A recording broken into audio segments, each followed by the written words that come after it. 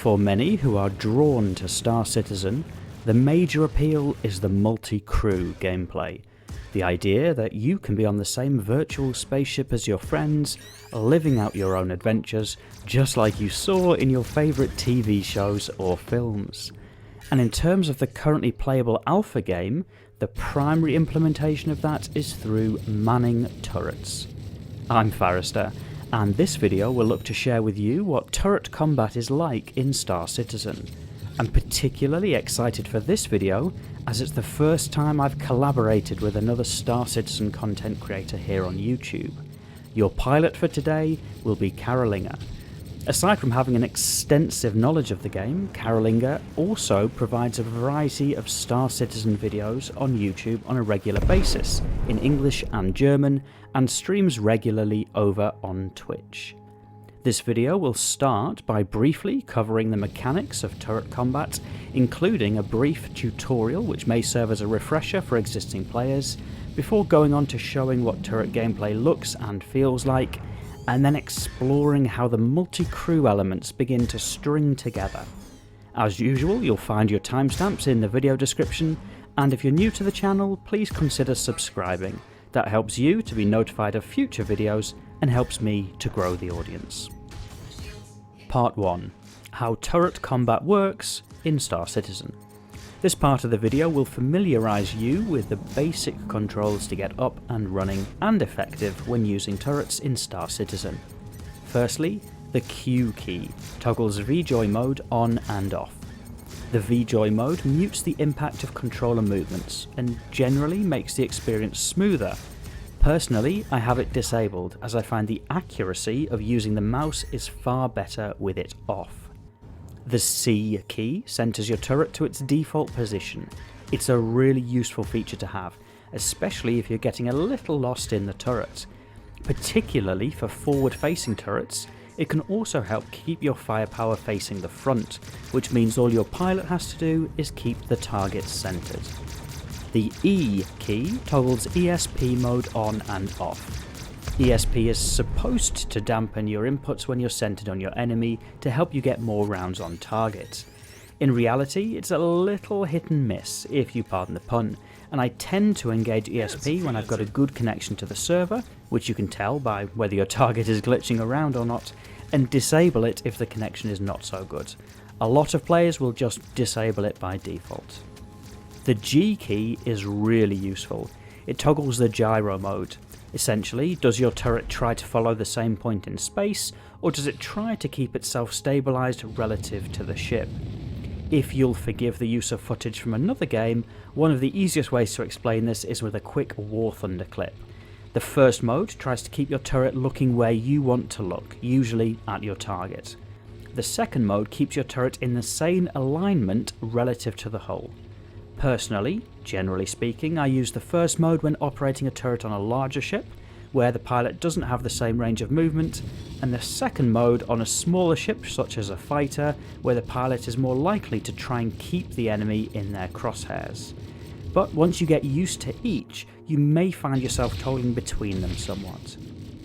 Other useful keys are T to lock your current target, and 8 to toggle sub-targets on larger ships. Finally, a couple of quality of life controls. The V key toggles between staggered or synchronized firing modes. That controls whether your weapons fire one at a time or all at once. For a 4-gun turret, that's essentially whether you want 4 weapons firing at once or 1 weapon firing 4 times as quickly. And then the mouse scroll wheel increases or decreases the sensitivity of your control inputs, which sharpens or dampens the effect of your controller. Part 2. What gameplay is like.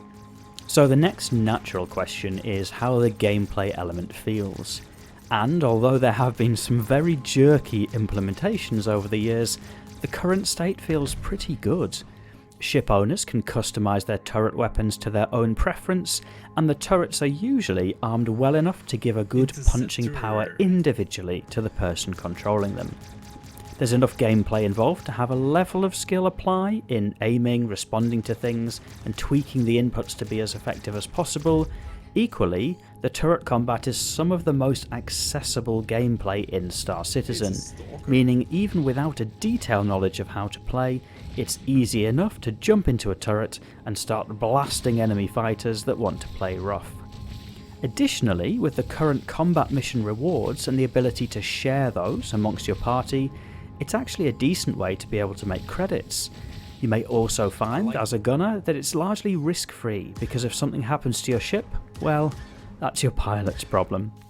And there's an element of what gameplay is like depending on the ship you're in. The turrets on each ship have a different feel to them, so you get a different experience manning, for example, the turret on a fighter like the Hurricane in this footage, than if you're manning a defensive turret on an 890 jump, or an offensive anti-fighter turret in a Hammerhead. But your core skill set will transfer across each quite well. Next one is, you will want to be careful about what you shoot at. It's quite easy to accidentally end up with a crime stat for shooting something you shouldn't have. Part 3. What the multi-crew experience is like. If operating turrets is the type of gameplay you enjoy, you'll find it really easy to find a role as a gunner, particularly if you're part of an organisation such as mine, which you'll find details for in the description. Playing with friends really takes the Star Citizen experience to the next level, and so having the option for people to all play together on the same ship is a real plus. And of course that applies whether you're crewing the biggest capital ships or just the backseat in a twin-seater fighter and pretending you're in Top Gun. And naturally, when you're in the turret, you're likely to find yourself working together and communicating to be more efficient. As turret gunner, I love making calls like contact high right, seeing the nose come around whilst I'm blasting away, all of that feels really immersive. For larger ships, having turret gunners gives them a much greater feeling of purpose. Sadly, I still wouldn't advocate being somewhere else and running to man the turrets, due to some of the bugs in game, which are likely to turf you out of the ship from time to time if you're running around, which is especially irritating in quantum travel. So you're probably confined to the turret. Even so, having some defensive gunners to keep a larger ship safe, seeing the large body of the ship from first person view span out ahead of the turret, that's really neat. And for the pilot, seeing the turret spinning around, whether that's in your multifunction display readout for the ship, or whether that's seeing rounds going down range without having to press the button, that's also a really neat experience. I'd highly recommend for anyone who enjoys turret gameplay to get themselves onto a fully manned Hammerhead. The coordinated chaos of so many turrets with so many guns firing is incredible, not to mention the awesome potential firepower it translates to. But please share in the comments your experiences of turret gameplay. Do you enjoy it, or is it a bit too much of a gimmick for you? If you found this video useful, please press that like button and subscribe to the channel if you'd like to see future Star Citizen videos. And if you enjoyed this video, you might enjoy our fearless pilot Karolinger's video about operating a multi-crew turret in a different way in the mining ship the Argo Mole. And from me, thank you for watching.